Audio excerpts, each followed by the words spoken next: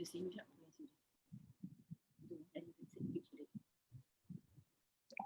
Bismillahirrahmanirrahim. Alhamdulillahirabbil alamin. Assalatu wassalamu ala mursalin. Allahumma salli ala sayyidina Muhammad fatil lima ughliq wal qatil lima sabaq nasrul haqq bil haqq wal hadi ila siratal mustaqim wa ala alihi daril azim.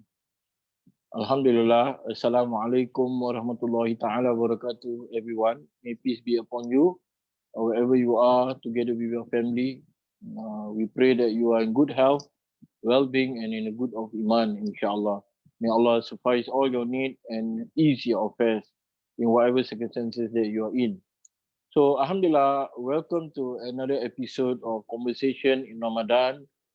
Today, our title is Special Children, Special Family, Stairway to Heaven.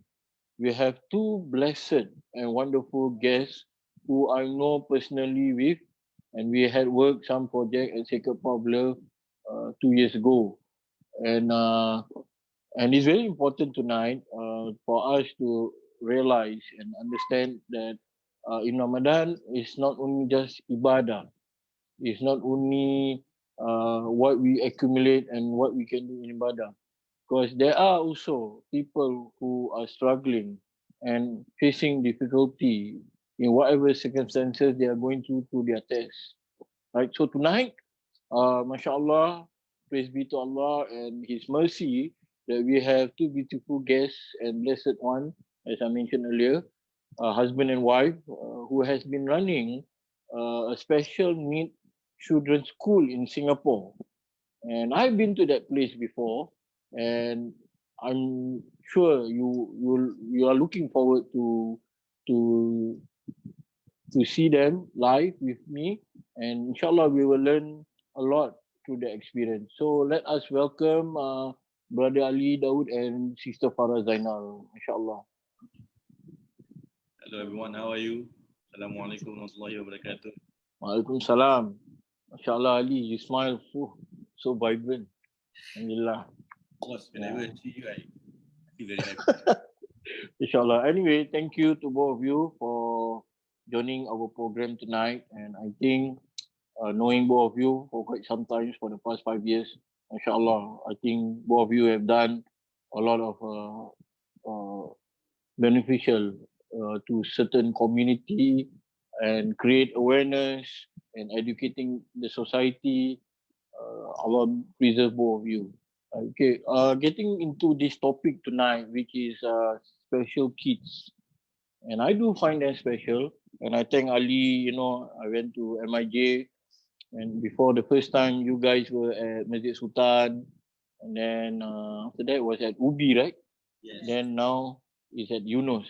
I went through all these three places, mashallah, and I saw all the children, mashallah. Allah reward you.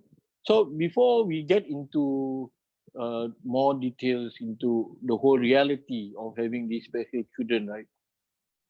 Maybe both of you can share with us, how do you get started to know? And because people want to learn, people want to know, like how is it that you started to know about these special kids within your family itself, right? And how do people learn that this is what they need to know, and how do they go about it? Maybe we can start with Ali, you or Farah. Long campas. Okay, basically, Ashraf was diagnosed with autism when he was at 3 years old. Prior to that, he has a disease, a very rare diagnosis called tuberous sclerosis at about, I think, 18 months to 2 years old. And then he started to have eye strain. And then we went to see the doctor, and then the doctor advised us that he will have fits at about 2 years old. And he started to have his fits, and then at 2 years old, which happened every single night until he's 10 years old, in fact. So at 3 years old, he was diagnosed with autism. So he has autism, he has sensory integrated dysfunction, and he also has tuberous sclerosis. This is a challenge because at that time, 18 years ago, autism was quite rare. There wasn't much awareness during that period. So we go through a bit of trial and tribulations, some acceptance, which I would say, if you want to talk about that, it would be another topic altogether.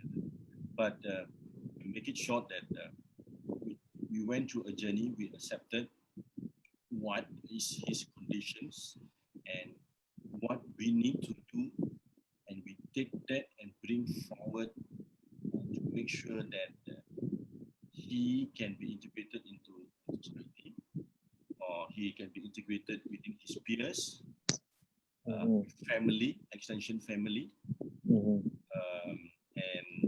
all the relevant things that we need to do, like take up the courses, that we need to do to make sure that we can cope with the conditions that he has in accordance to our lifestyle.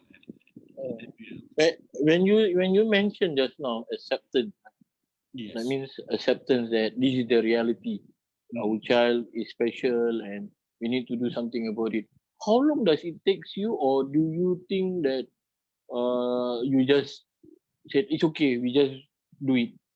Because a lot of people, I think you shared with me before, a lot of couples, like, they tend to give up, or the spouse left them, right? So the viewers, this is something new in our society that we need to educate or create awareness, right? So how is the journey of the acceptance? Is it easy, or it's just like, okay, I can take it? For myself, I couldn't actually remember exactly what happened, because in all honesty, there was a lot of things that was happening at that period of time. There wasn't enough time for me. I'm talking about my own personal experience. Yeah. When he was 2 years old, when he was diagnosed with that, I was studying, taking my part-time classes. I was working, and a bit of traveling, and then that period of time was a challenge, and I have no time to think about going into self-pity mode, to think about, why my life is like this. For me, I don't have time. I know at that period of time also, my wife and Fara begin to have a bit of discomfort in accepting that. It takes a period of time for her to accept this. But for myself, being the head of the family, for me, I don't have the luxury of that time. I just move forward, and I just develop this character. Like, if I don't stand up and do something, things will fall apart within the family itself. And like I said, at that particular time period, 18 years ago, autism awareness wasn't that great. So there's this period where we have to tell our family, tell our relatives, that Ashraf's condition is like this, and how they want to accept it. So at that period of time, it was more of, for me, was struggling to have that the family accepted him. I couldn't have that going through that. So that through this sort of experience, like you and your wife, I believe all of us are weak also, actually, right? It takes time for us to dwell upon it. But what would your advice be for someone new who go through this sort of situation? Or whether they go counseling, or do you think that they need to meet professional? What's your advice through your experience? Maybe Sister Farah would like to say? Yeah.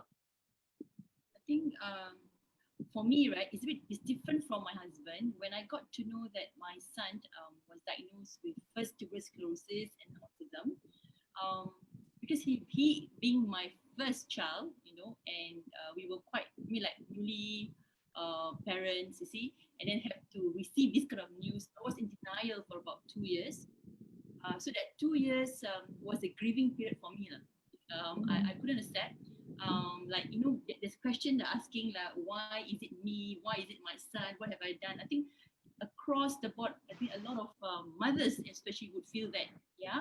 So, but there was one day when this Hamba Allah, I think his words was really amazing, because that was the turning point whereby I actually wake up and actually tell myself to move on. He told me that, look, because you are a special parent, and therefore Allah give you a special child, because the fact that you are special, He knows that you're the one that can actually take care of this particular special child. So that really, Mashallah. yeah, that's mashallah. So that was a Mm. actually a turning point for me. So my advice for only parents who just got to know that their child has autism, or maybe they suspect of autism. I think my husband didn't tell just now what was the traits that you can actually find if the child has. Mm. Usually when when you call their name, they will not answer. There will not be any eye contact, and then the way they play, that is very distinctive, because when Ashraf was young, you know, being a boy, he Mm. play with toys like kicking a ball, like, you know, playing car. But for him, when he played car, he didn't take the car and, you know, move it around, or even, like, you know, make the car knock into another car. What he Mm. was, he actually queue up the car. So he killed the car, and he could actually do it again and again. He killed the car, and then he actually destroyed the car, and then he killed again. So it's again and again. And at any moment, if anyone were to hit the car, or, you know, do something to the car, he will be very upset. And that's Oh. they call it meltdown. I think any parent, Mm. the word meltdown, this is something that is very, very scary for them, because when they melt down, they don't know what they're doing. When they're melt down, their Mhm. sensory all shut, meaning they will not hear you. They will hit themselves. They will hit others, and it can Allah. a prolonged time.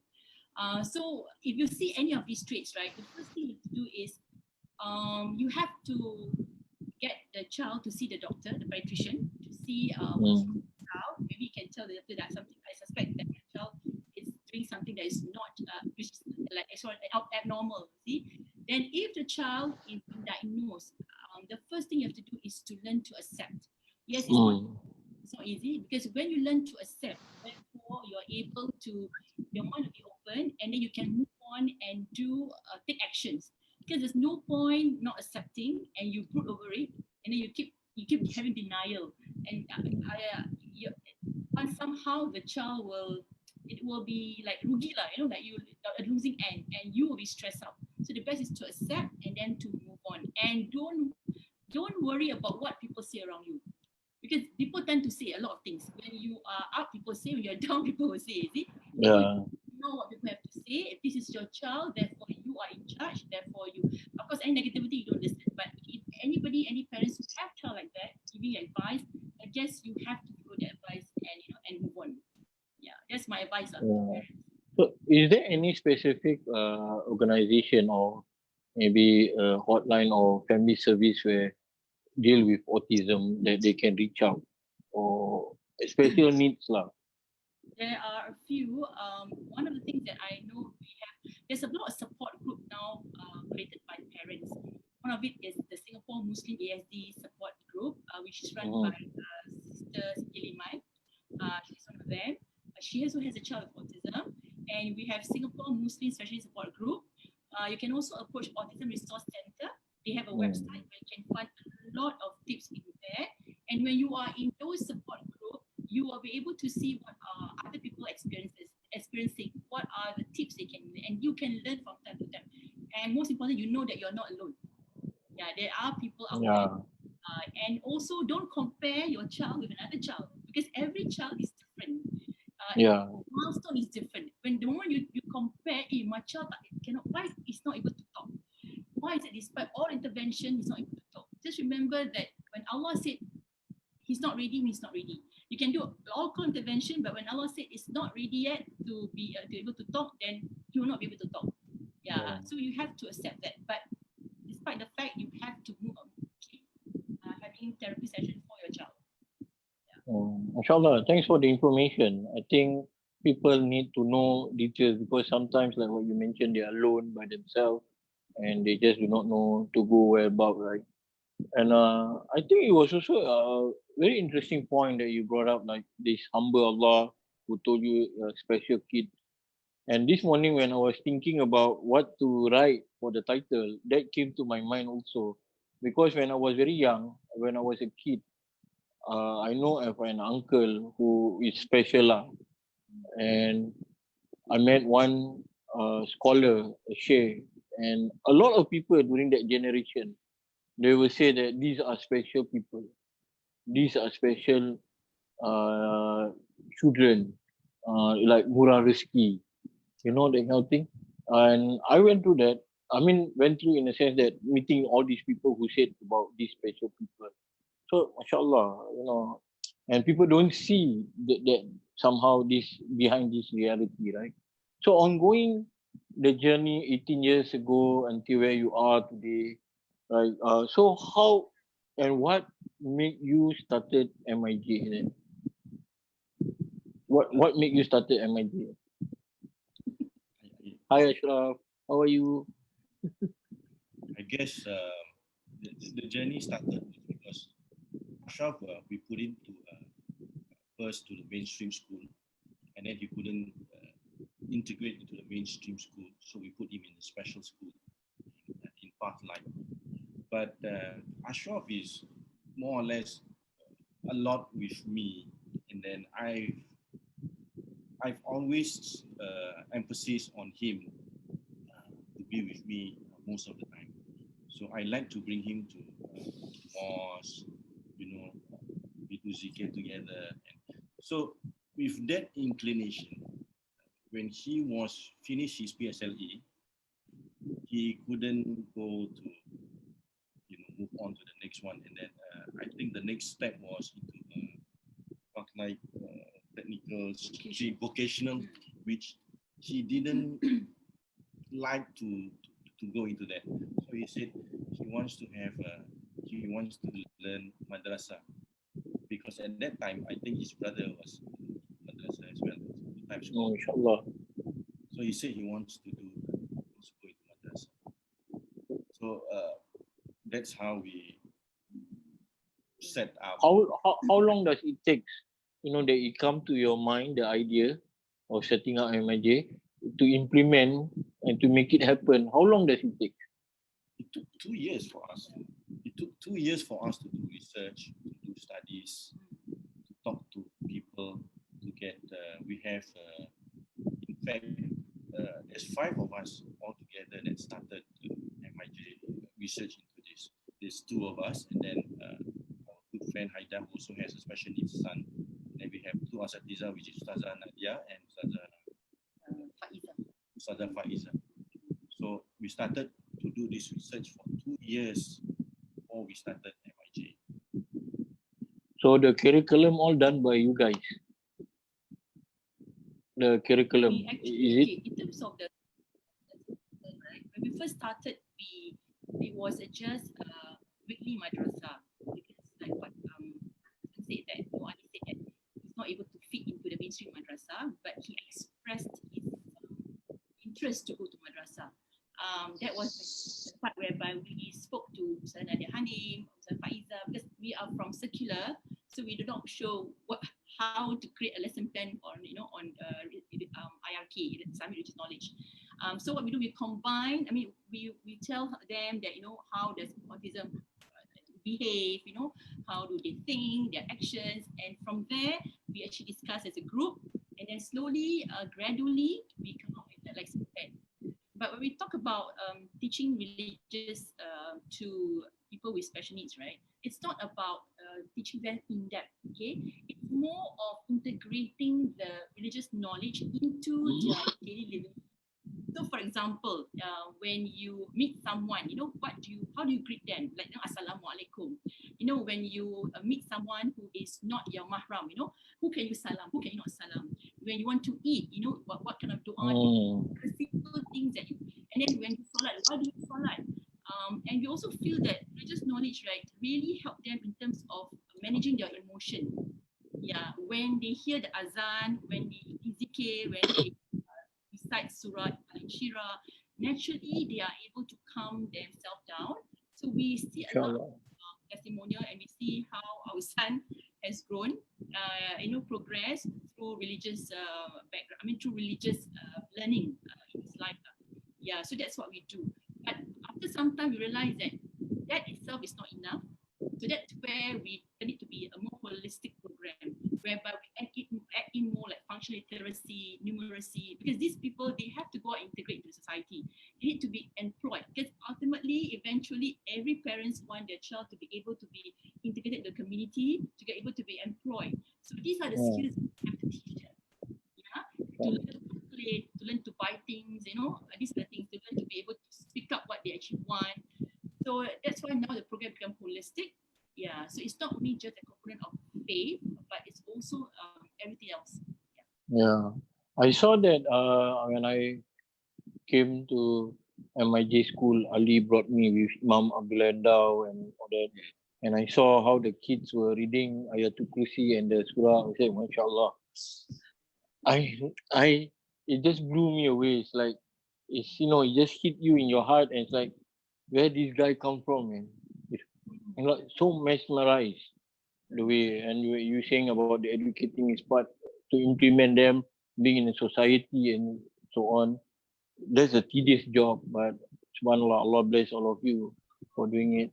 But we all know behind every organization there is a struggle with financial, struggle with mentally adapting, you know, um, when things go wrong or maybe not to your expectation. Let's say you gonna shift the place and all that. Uh, do you ever feel like giving up? Like okay lah, that's it. We had done where we reach, and that's it. Or you still feel like the journey still needs to continue. And subhanallah, it's amazing because MIJ is like my inspiring journey, and you both are showing that through the tedious work that you're doing. Right. So Ali, you like to share about on that I know you would like to luahkan. No, no. I think the whole journey from where we started now, it has evolved so much. It has gone to a level where we feel that we simply just cannot give up and just pass this on to someone else, because you need to have that history where it all started, and why we do it, and there must be an end goal of what we want to do. Having Ashraf started off when he was young, and now he's 20. The school itself grows as Ashraf gets older, developed. Now, he started off with a weekend madrasa, and then when he finished with weekend madrasa, he needs to go to full-time school to further his studies after his PSLE. So we started to develop a full-time curriculum for Sunlight. And then now that he's graduated from the full-time curriculum, he needs to start to work. So we developed a cafe. We started in SPO, another department where we get to go to school, And then in the school itself, we have students who are violent and everything. The parents simply cannot take care of them. Now they end up putting in home IMH even. So we want to, we see that there is a need to have a home at the end. So that is our end goal, He develops, he goes to school, and then firstly weekend, and then a full time, and then now he needs to work. And then we are already in our 50s. So if we pass away, we don't even know whether the siblings can take care of him in that particular end, because they have their own families. So where does Ashraf and his peers, when he gets older, where do these people end up? So you have homes for the yatim, for those juvenile and everything, but you don't have homes for these kids. They need special attention, they need special care. So that is our end goal, and that what motivates us to move forward, to still continue and fight this journey on. I having Yeah. said, I have to thank my team. We have we have to have a certain pillars, and the Yeah. pillars is our staff in a different department. I think Mm. without them, right, I think no man is an island. So without them, I think we are not able to go ahead with a strong team. If they know where the direction that we are heading to, if they know our mission, our vision, our intention, most importantly, I guess that's most important, and they will stay together. So when we stay together, we plan together, inshallah. I think that's what motivates me, lah. As someone who oversees the entire operation. Yeah, I think I agree with you lah. Even at Sullahi also we have a team that runs together to ensure the smooth of whatever we plan and whatever the objective like what Ali was saying, the end objective I think that's a huge goal. But there's a vision that need to be addressed and is sincerely saying that okay, what's next for this special people, right? Because one day the parents will not be around or their siblings are not able to look after them because they have their own family and all that. With all the sharing that you had shared with me and to the audience, right? Um, how much do our society today? Just now Ali said, 18 years ago, nobody know much about autism or whatever lah, even including Down syndrome and things like that. But now, 18 years later, thanks to MIJ and also other organization that has made that awareness, how much do our society know about special need children and adults? And what are the ways, two questions, what are the ways that we now can improve to educate them or the ways to educate them? Yeah. Okay. Alhamdulillah. I think the awareness about special needs, right, is there. The government coming in, a lot of awareness is being done. It's just that yes, there is awareness, but how much is our society able to accept? It's a different story altogether. It's very subjective, you see.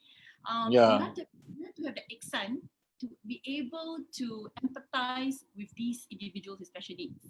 Because we don't have that ihsan, right? It's tough. We have parents, coming to us afraid to go to the mosque because, when you go to the mosque, sometimes we can't control the child because of the sensory around them. It's too noisy. They hear the azan, the smell of the people around them. These are the things that affect them. See?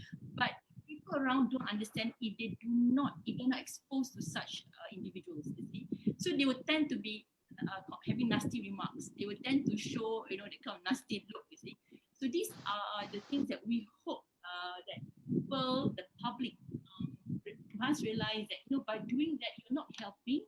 In fact, you are actually telling these parents not to come to the mosque. When we actually have to encourage them to come to the mosque, especially these children, because they have to have that familiarity before they can actually settle down in a particular place. That's one. And also, I think it also has to start from the parent themselves. Like this, as individuals, right, with especially children, you have to be an advocate. You cannot hide. You cannot always know others' actions, others whatever they say is beyond our control. So if you can't, if you want to be upfront with them about your child, then it's tough because people will not know as well.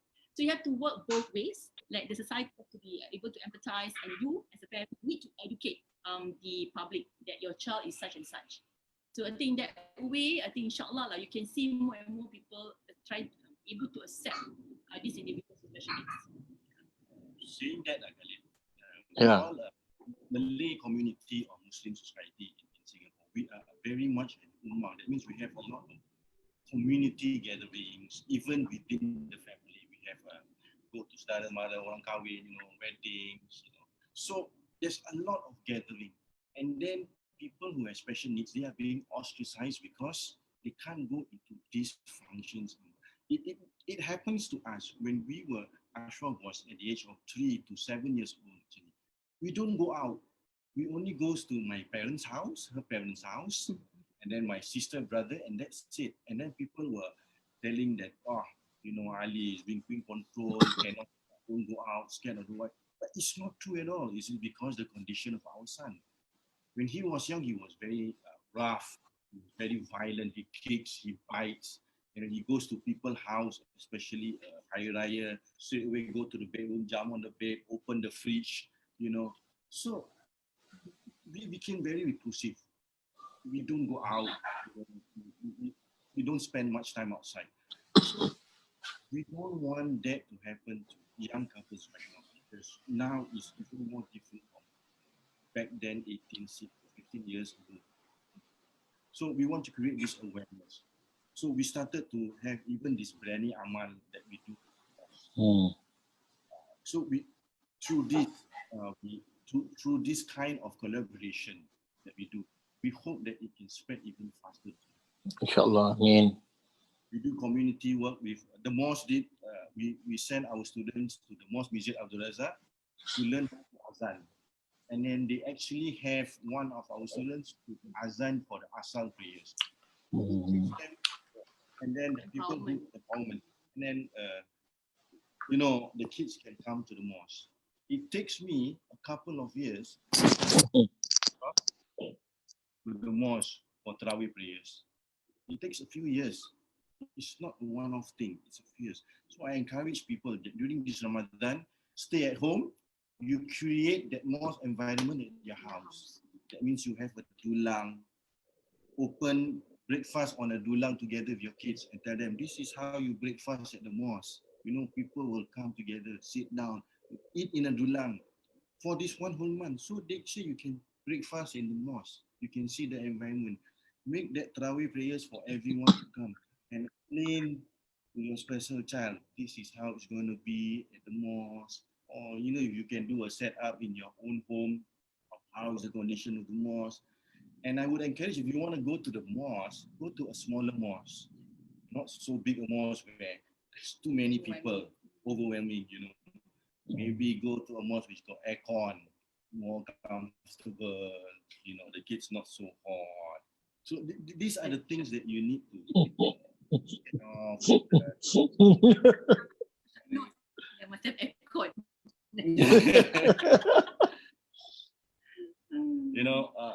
These are the kind of things that you instill in your child first before you can actually bring to the mosque. Or it can work to the wedding. So even in this situation, you can explain to them. So they can go to a wedding, they don't run around. This is how you behave, So it starts at the home.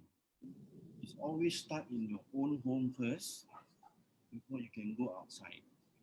So this period, stay at home for this one Ramadan, I think that's the best time to start that condition.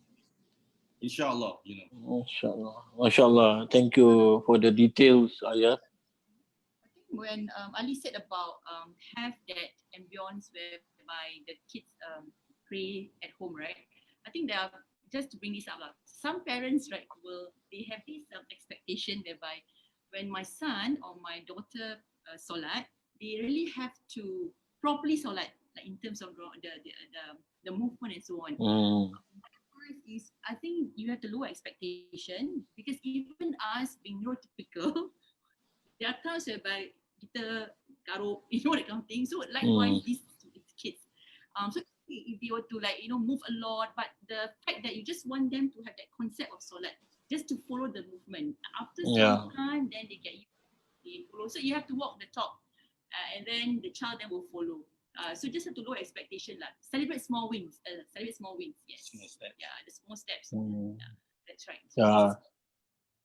I think it's the same as even any parents.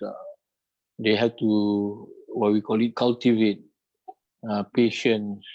Even with any kids also, not necessarily with these special children, with any kids also, like this is the way how you do it, this is the way how you do it, adapt, And I think with them special, you need to be a bit more patient. I believe so. But alhamdulillah, every kids are unique. When I went to MIJ, I saw that, and it's amazing. It's beautiful.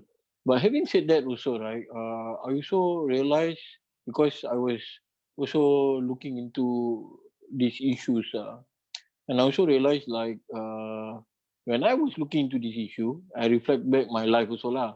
And then I realized, like, since I was young and I was growing up also, I saw that these special kids also tend to be bullied by a lot of people, right? A lot of people. That means like some people who have not even people, but children also, maybe they come from a volatile environment. So when they come to see these kids, they know how to pick these certain kids and then bully them.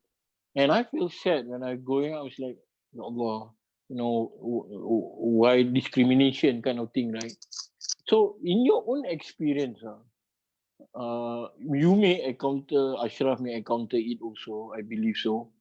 How you deal with him then when he had that bullied or being, Ali said nicely, ostracized, right?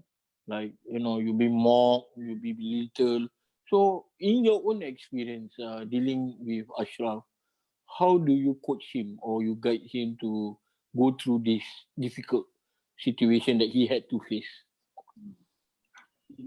In all honesty, Ashraf still hasn't overcome that period where he was being I'm bullied. sure trauma is a trauma. Until It's not today, when there's easy. so many people, he still feels scared. Anybody's gonna harm him. Anybody's gonna hurt him. You know, he still have those moments until today. So you can see the effect of being bullied when young. It will grow with you until it's old. He has it until today. So as much as we try to tell him, inform him, he still have those worry until today. Mm. So that is, I, I'm not sure how you're going to address it. Maybe But some will go faster, some will not. Um, okay, bully case, right? It happens to many individuals with special needs. For example, Ashraf, when he was younger, he was in a mainstream setting for the first 3 years of his like primary 1, 2 to 3. Yeah, yeah. So at primary three, Three years.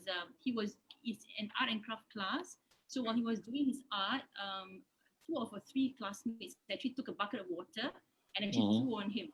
Yeah, and after that particular day, he actually went to class crawling to class, meaning that Ya Allah. the moment he actually reached his class, he didn't want to go from the front. He actually go from the back of the class. He would crawl, and he insisted to sit right at the back. Why? Because he feels secure. He's able to look at everyone else in front of him rather than he's in front and his friends were behind him. And from that day, I mean, yes, until today, he has that trauma. But alhamdulillah, bit by bit, through intervention, through like my husband him to teach him zikir, zikir a lot lah. The zikir therapy really works for him. We will tell him what are the zikir that is good for him, that he feels that he'll be protected. You see, he's nodding. MashaAllah. Zikir, like, can I share what zikir because some of your friends being bullied, you see. So I think they want to learn. The parents want to learn what are the zikir that you actually use so that they can teach your friends who are being bullied. Cannot. Okay? Just one. Can I tell them the zikir that you zikir that to protect so that some parents who friends have children being bullied like you last time can tell them, can boleh. Okay. He's very. Okay. No, Okay, I'm so just talking this is typical autism. Well, because he has epilepsy, so he has a delayed processing system, which means that he cannot grasp immediately. You have to be repeating all the time. This is something that parents have to be very patient. So now I'm asking him. There are parents, okay, whose children are being bullied, like how you were last time when you were younger, right? So now you are doing zikir, right, to protect yourself always. So can I share one zikir that you did, that you always do to these parents, so that the parents can actually teach their children who are being bullied as well, so they feel calm all the time or feel safe. Is it okay? Is it okay? Just one. Quite a lot of zikir, right? Only one. What? Oh, Okay, no, benefits. okay. Okay. Benefits don't share. Okay, just one. Okay, we won't share the benefits, but just one zikir. What do you zikir every time?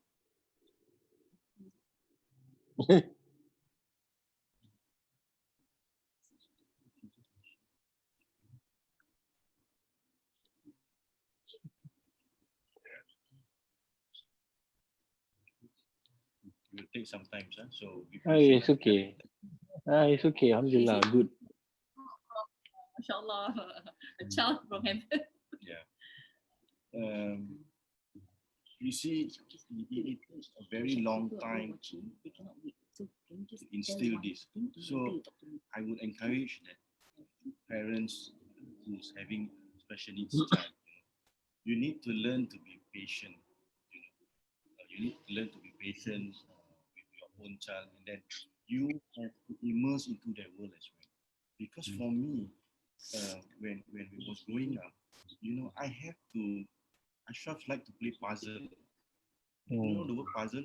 You play Yeah. puzzle, 100, 200, up to 500 pieces. And we do it, we sit down for hours to do the 500 pieces. Then after finish, he will just squash everything and start all over again. And we've been doing this happened like almost every other day when he was growing up. So in that whole process, it also teaches you to be patient. It teaches you to learn and also to appreciate them being like. So Yeah. to stress on fathers that in school in MIJ, I just like to highlight that there are divorce cases every year in the school, and that we have a lot of single mothers.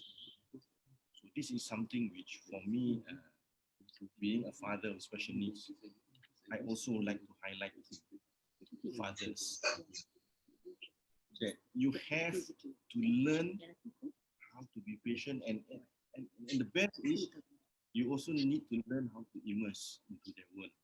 And communication between yourself and your wife is very, very important. You need to talk. You need to communicate with whatever grievances, whatever you have between husband and wife.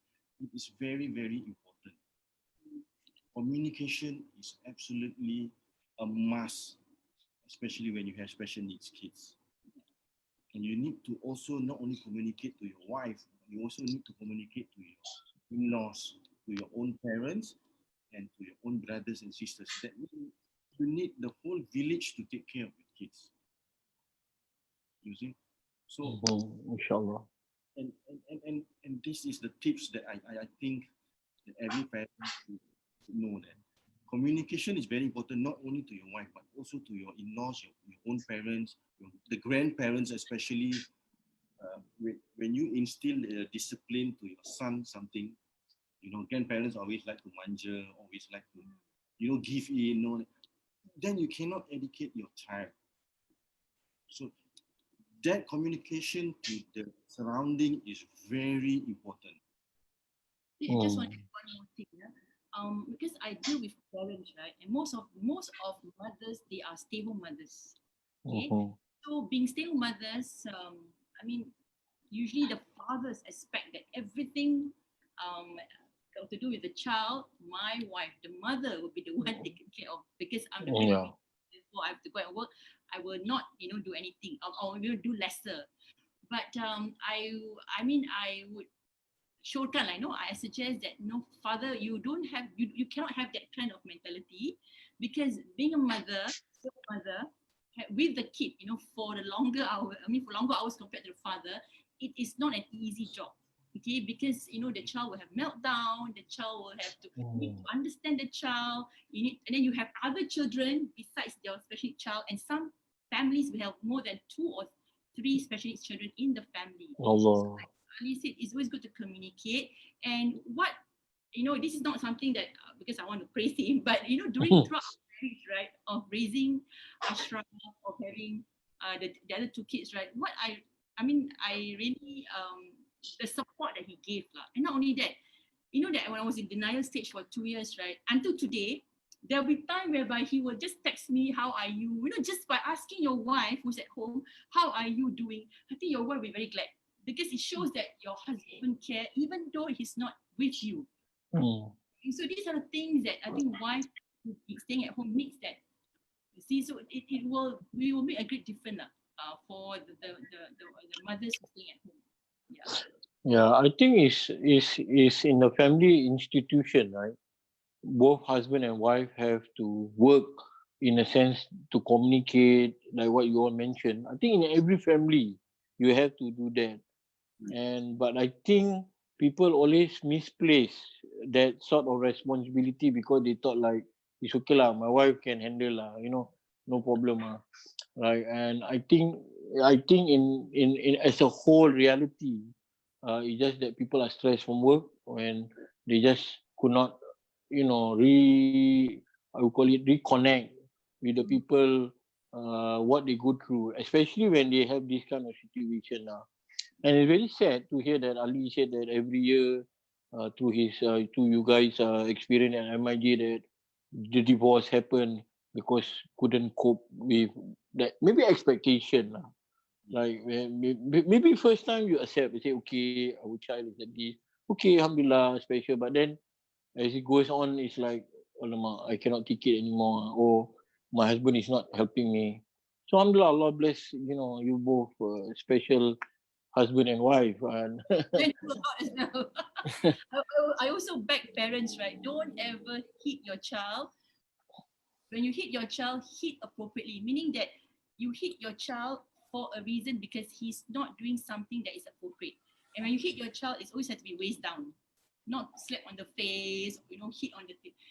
Because why? We have a lot of cases in our own center, right? Whereby when as a child grows older, like now Ashraf's age, imagine, tall, bigger size than us parents, right? yeah, They are so they're so used to being beaten when they're younger. So what happened? They think it's a norm because my father hit me, because my mom hit me. Therefore, I can hit others now. I can even hit on my own mom or my own dad. So that happened. Then there are people.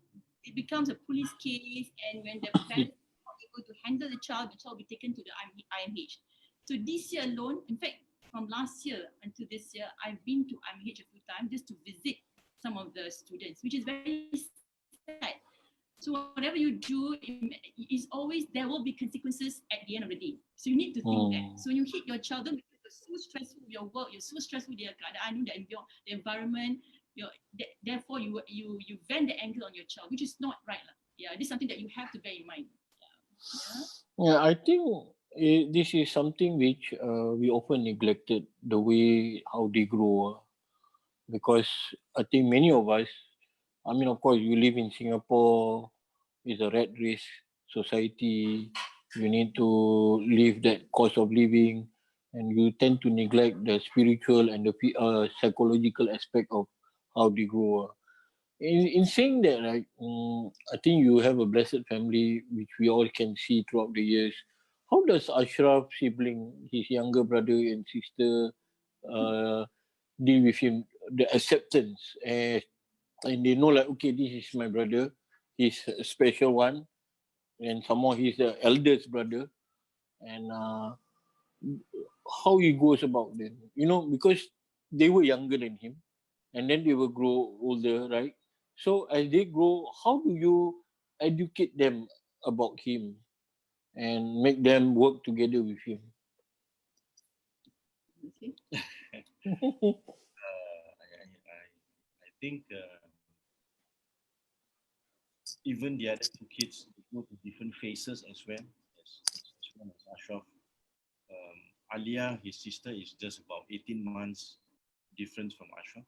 She's very different from the younger brother who's now 14, which is about 6 years difference from Ashraf. So the boy doesn't really click well with Ashraf because of the age difference. He's still at the playful age. He still wants to. He's very young. He don't understand responsibility and everything, which we don't emphasize on him so much because we understand he's growing up. He needs to be his own child, having that way. But the older sister has got a lot of responsibilities, pays a lot of responsibility towards Ashraf. She's more matured. She also at the same time volunteered herself to teach at MIJ. Mashallah. So she understands, and in fact, Ashraf listens to her more than us at this moment. Teenager, And, teenager. and sometimes, I scold the sister because certain things, teenage issues, and he will come and then tell me, don't scold Alia, Naughty. very protective of the sister. Yeah, correct. So I think instilling since young is very important. And transport, you need to slowly give responsibility to the kids. You cannot also don't give the responsibility towards them, because they need to learn that the brother is their responsibility as well. So they need to pick up that responsibility when the parents are no longer there. So that kind of responsibility need to be instilled since young. Yeah. I always tell my kids, the other two kids, right, from young, I always ask them, do you know why Allah gave abang to us as special? So when I question them that, they will say, why, Umi? Because it's not easy to go to heaven. So the fact that abang is like that is our ticket to Jannah, inshallah. But we need to have the responsibility to raise him, to respect him as your older brother, even though he's special.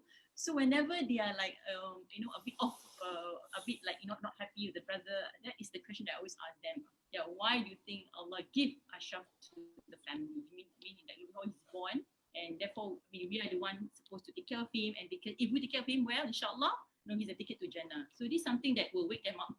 Yeah. When we say it's a ticket to Jannah, I always tell my kids, the ticket is for you to learn how to be sabar. Sabar, yeah. That means you develop that character in you. That's your ticket, not him. We always get tricked. These are the children of Jannah. We will go Jannah because we have it. No. The Jannah here, the ticket to Jannah is that you learn to develop those prophetic characters that will be inside you to go through your life, taking care of them. So that is the ticket. That means you develop those characters that will bring you to Jannah for taking care of this. Mashallah, it's interesting that how you mold them since kids. And you were saying about the ticket to Jannah, right? And the whole reality is like they are special, as we mentioned earlier, and every now and then. Excuse me. So, have you ever? I'm sure you did, like people who parents who send their children to MIJ would ever share with you that they've been discriminated because of their child. They said, maybe you had done something wrong, that's why you get this child. Maybe you did this, maybe you did that, right? So such encounter actually dampen people, and people don't think the right way, or being responsible in saying, have you ever experienced that? I mean, besides your family and everything, and what would your advice be for someone who go through such complicated and difficult situation, dealing with all this mockery and saying that, oh, you like this lah, that's why you get this, or you deserve it, that kind of thing. Yeah. Okay. Yes, I've heard a lot from parents, because when the criteria to enter our school is to have an interview with the parents to know more about the child. So somehow during the interview session, parents will always cry, especially the mothers. Right? Initially, I will be crying with them, but now I control myself, because when I cry, it doesn't show that as someone who's strong to console them. So when they actually start to talk about, I've been discriminated, is it because I've been doing a lot of wrong or sin? I have a lot of sin, therefore Allah give me this child. I wouldn't want to entertain that, because the moment I say, because we never know, only Allah knows the best, you see. Yeah. I'll question them. I said, do you think that's the way? So if then they'll keep quiet. So my tactic is question them more, because they will know better. I wouldn't, if I said no lah, you don't have sin. It's just a matter of it's like, I'm being lying to them. Okay, so the actual fact that I do not know, okay, you know better, why is it that, you're giving this child to you? But I always tell them that from my experience, I take it as, well, Allah want to make me stronger, like what the Amba Allah say lah, because you're special, that's why Allah give you this child so that we can take care of the child. So it's more of that. So for parents, that is my way of handling or managing such parents. Yeah, because it's not easy for us to like keep saying that, oh, yeah lah, no lah, you tak ada dosa lah, apa-apa. It's just like, because it will still come back. They will still tell again and again, because ada dosa. So I want them to think clearly that no, that's not the whole reason. Nobody knows. Allah knows best. Yeah. I have a very good example. This question was brought up to Sheikh Afifuddin.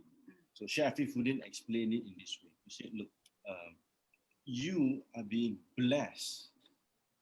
That means Allah loves you. That's why you have him. Why? He explained. When you, the ibadah that you do, when you pray, you start praying, your counter will start go. Your counter for pahala will go ting, ting. When you finish praying, it stops. Ting, it stops. Then when you go to Hajj, on your first day, you start to go ting, ting, ting, ting. And then when you finish your Hajj, you finish everything, it stops. When you start fasting, first day of Ramadan, it starts. End of Ramadan, the counter stops. But when you have a special child, the day the special child is being born, your counters go ting, ting, ting, ting, ting, ting, ting, ting, ting, ting, ting, until either you die or your child dies. Yeah. So that means Allah loves you. What do you mean you are being killed for your sin? No, Allah want to give you all this pahala. So in Yamul Akhirah, people take the pahala like that by sex or whatever. You have to take by a bulldozer because it's so much. The counter never stop. Ting, ting, ting, ting, ting, until you die. So this is how we couldn't explain. So actually Allah loves you. That's why you are being given. It's not the other way around. You must see the beauty of how Allah loves the humble, Yeah. And I think this is the reality that people need to confront. Acceptance, reda. Yeah, I mean you accept and then you reda, and then you realize like there's a wisdom behind it. Nobody has a perfect life anyway. Even if you think that your child is good, doesn't mean that it's easy for you also. So I think this is the hikmah. Thanks Ali for sharing this Sheikh Afifuddin advice. I think a lot of viewers watching this, I'm sure they will look at it and reflect. Learning from the beginning, we mentioned about your journey with MIJ and Ashraf, your personal level, your family level, right? I'm sure MIJ, subhanAllah, despite all the struggle, you all managed to move, progress lah. And alhamdulillah. But what was the reality behind it?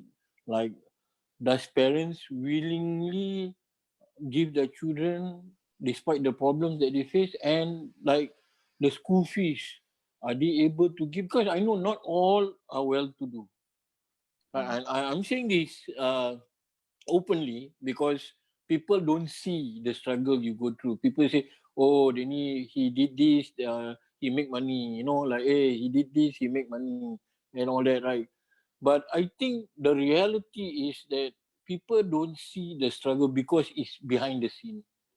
Right? So what is your experience like? Like, are most of the parents able to pay the school fees and all the facility? Because I can see when I visit MIJ and all that, I can see the facility are not like normal school, because you need to develop them physically, mentally, spiritually, kan.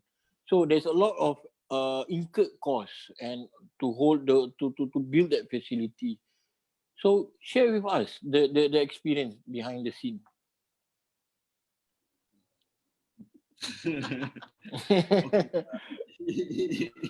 This is hard talk. Yeah, that's about, I think, when we started, it was 70%. When we started MIJ, 70% were having financial assistance from us. And then as the school developed, there are more fluent Malays start to come and send in the kids. Right now, we have finance assistants about 23% out of about 280 students. out of 280. Yeah. 280 students, we have about 20%. So the operational cost is of course very expensive. A simple maths, just a simple maths. If you have full-time students, about full-time students, student care. Okay, the operation cost for Yeah. per child for special needs, usually it's between 1,008 to 2,500, depending on the school that you go to. If international school, of course, is about 2 plus per month.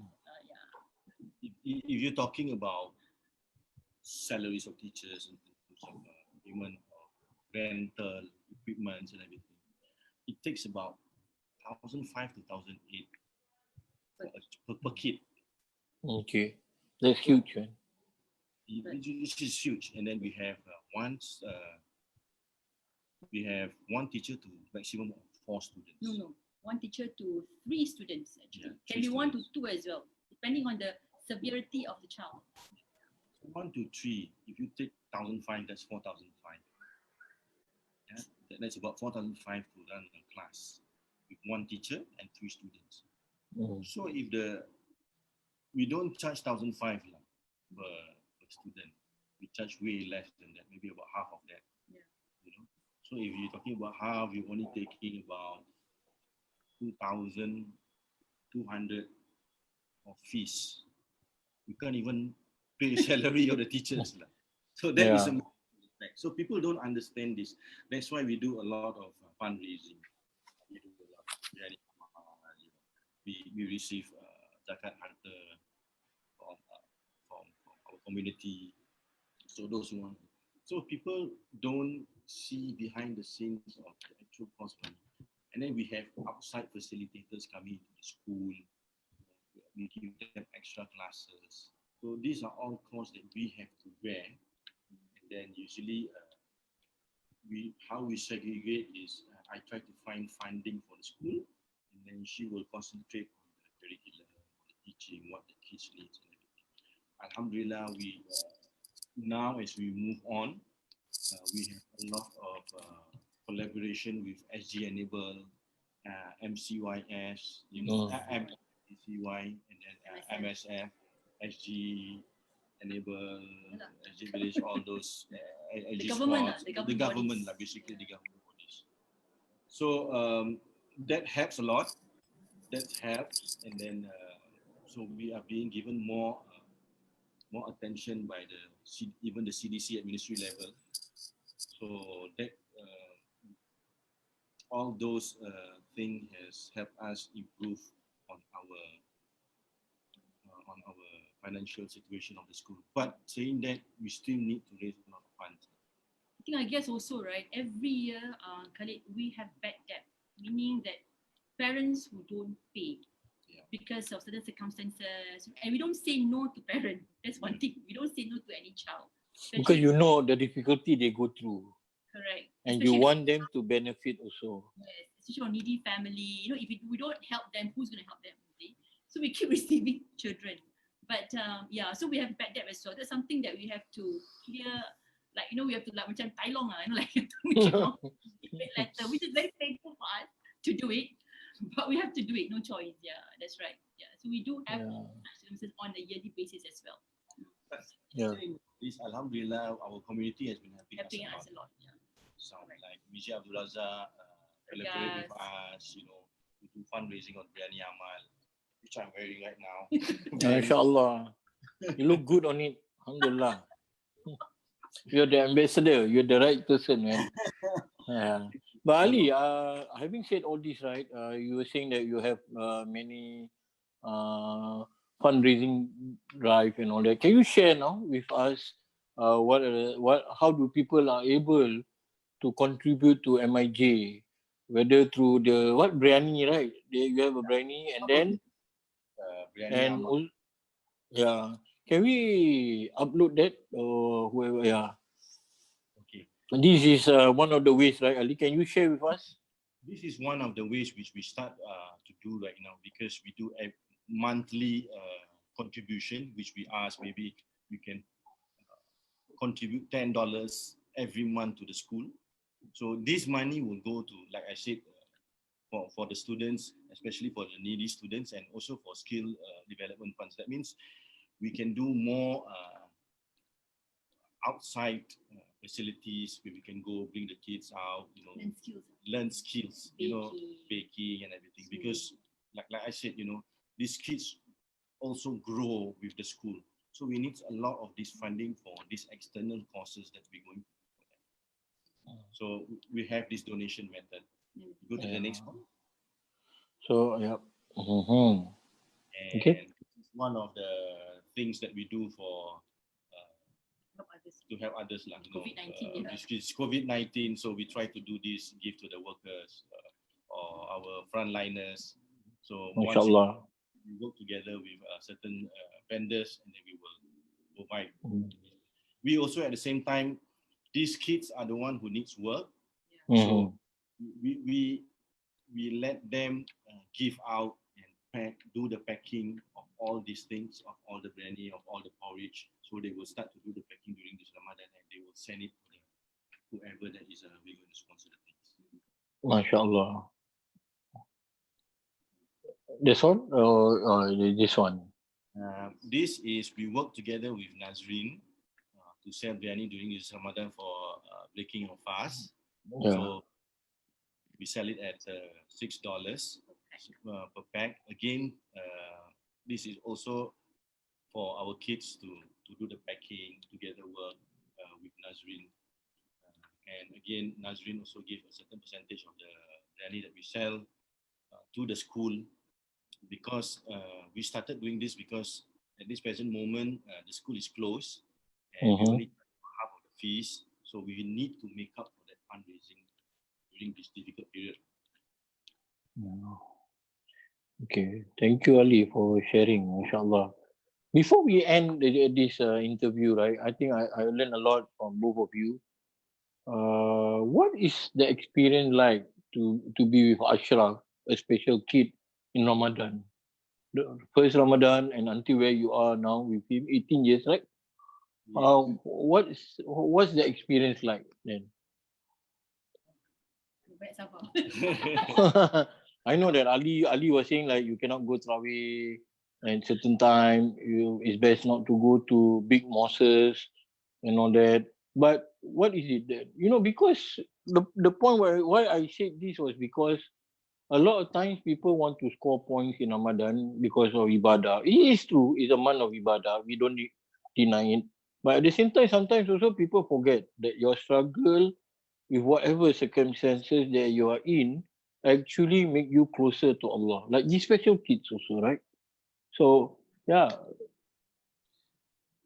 For me, every day is an ibadah. So by you taking care of them, right? So you teach them how, during this period, during this Ramadan, you teach them how to be patient. At the same time, you yourself is learning about sabar by teaching them. Because these kids, you need a lot of patience to teach them. So by you involving yourself into taking care of them during this special ibadah itself. People go Tarawih, you can do your Tarawih at home with them until they can go over there. So do you think you won't get that pahala? You still get it, Like I said, like Chef Gudin said, your counter goes ting, ting, ting, ting, ting, ting, ting, ting. Yeah. So the whole process is not only you are teaching them, you are also making yourself internally more calm, more relaxed, more focused. Myself, not you. When you are into this mode, you are actually helping yourself. This is what I'm trying to stress out to others. It means you make the effort to teach. You think that you are teaching them, but actually you are teaching yourself. You are guiding yourself. you are making your antenna clean yourself. So for me, that's what I take during all these periods. You know, I make the effort to go to the mosque to get to know all the people in the mosque first. Before I actually bring Ashraf to the mosque, I go to the mosque, get to know the people in the mosque. When I bring him, they know me, they become more friendly. Yeah. Oh, then you explain to them. So you become the ambassador of special needs. You explain to people, and they be more receptive. When they know you, they become more receptive. So at the same time, you learn how to be living in a community. You teach yourself to learn to treat others well because you want other people to treat you well. So you need to. How this is a learning journey for yourself as a father, as a spouse. You need to take care of everyone, not only your child, everyone. Then everyone will take care of your child. So you get. So to me, this is what I learned throughout this whole journey, taking care of Ashraf. When you take care of everyone, everyone else will take care of you naturally. Inshallah. How about mother? What the mother have to say? Okay, mother manage myself, manage him. Okay, I think Ramadan, I mean, even if it's not Ramadan, but Ramadan is more, it's about self-control. Self-control not only from thirst, from hunger, but also self-control with your emotion. You know, having a child with special needs, right? We have their mood swings time to time, you see, and this is really a test to mothers who are working, are now we're staying at home right now. I think both parents, right, you need to face these challenges lah. And you need to come up with a lot of activities. I think there are parents who ask, you know, how do we prep our special needs children to fast during Ramadan? It's a real big topic, which is a separate topic altogether. Yeah, but roughly, like for now, I've already preempted him. I mean, Ashraf does fast every Ramadan, alhamdulillah. MashaAllah. Month before that, we already started to preempt him. Like for now, we can't go to the mosque, right? We already tell him why. So every morning, he will watch CNN with us about happening in the world, you know, like COVID-19. Why is it so? You know, why cannot go out of the house? So when they know the concept, they will be able to accept, okay, I can't go to the mosque because, you know, there's a lot of people, you know, you would tend to get the virus. If you get the virus, what happens? So these are the things that we keep telling him. So now we accept the fact that, okay, this particular Ramadan, I can't go to the mosque. Yeah. So therefore, it's safe to stay at home and do Tarawih with the family. Okay, and we did everything together. In terms of like the whole day, you know, you can't eat, how to restrain your child from not eating and so on. That takes a long way. That means that you have to really preempt your child like a few months before your child. You need to know how your child be able to grasp the concept. Is it through visual support? Is it through, if your child is auditory, is it just by explaining and understand? So these are the things that you need to preempt them. It's totally different topic altogether lah. To preempt it, to prepare your child for Ramadan. Yeah, so you can start to talk to them. It's never late. Start small. You can start like 1 hour fasting first. You can fast with them as well, of course. Then slowly, gradually, you increase the number of hours. Then you tell them what is Ramadan, what are the do's and don'ts in Ramadan. And all these, if you do visual support, they will understand. They can't understand just through verbal. You have to show them support. And sometimes what I will tell my parents or parents at school, or whatever things in the kitchen, right? You can have a cross. You know the red cross? You have that visual put on every single like snack bottle, the water. So when they see that cross, they know that, oh, this is something that I cannot have it. Yeah, and then give them reward. Reward in the sense of like maybe the toys that they want. At the end of the day, they can get these, or the food they like. At the end of the day, when they fast, they're able to get this. So these are the simple steps that you can start off to prepare your child for Ramadan. Inshallah. MashaAllah. There's so much we can learn and we need to learn. Alhamdulillah. I thank both of you, Ali and Fara, and also Ashraf, inshallah. Right? I think from today's session, right? Yes? Nak share dia punya ini, dia punya zikir tu. Zikir, okay. I was waiting, Ashraf. What you zikir?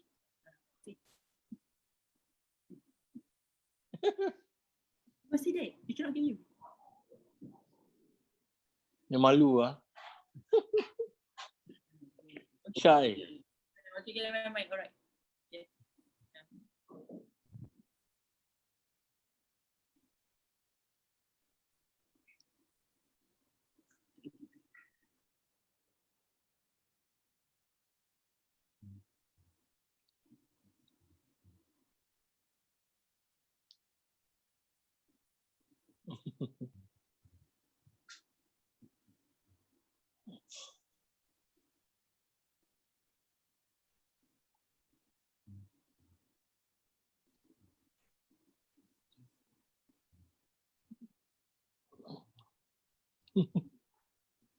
Oh, No, you okay. tell.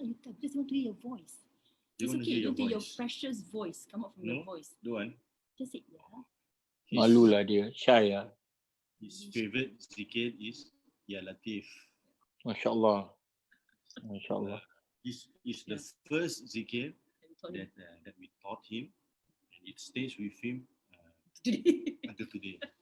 Masya So Allah. he will read Ya Latif at least 1,000 times each day. Allahu Akbar. So Subhanallah. this is his routine every day. He will Allah. read 1,000. Subhanallah. Amazing. May Allah preserve you, Ashraf. Ameen. Wali-wali Allah wirid, you know. Masya Allah. Yeah. I think with this, we come to an end with this interview. Thank you very much to both of you. I realized that the importance of learning is for us to really understand. There's so much for us to be aware, for everyone to benefit in the community, in the society, to grow together for the betterment of each other. And without learning, we will not be able to understand. And this, subhanAllah, this interview session we had nearing to Ramadan has opened up my mind so much to know your struggle and to understand what you go through, what others go through also. And with this, I thank you very much for this blessed sharing. And I wish both of you Ramadan Mubarak with Ashraf also, Ramadan Mubarak. And pray that Allah suffice your need and ease your affairs and grant you success in MIJ. Okay. To all the viewers, you can visit them, MIJ, Facebook and Instagram. You can message them if there is any inquiry or you want to help them. Yeah, you're always welcome to what we call it, to bring the light in the community, to work with them, right? So with this, just say to all the viewers and to all of you, see you again, inshallah. Assalamualaikum warahmatullahi wabarakatuh. Waalaikumsalam. Thank you very much Thank for you very inviting much. us, Khalid. Thank Thank you, you. Khalid. Salam. Ramadan Kareem. Don't forget the durian. Rambut dah macam tu. Astaghfirullah. Allah. So, Hasina?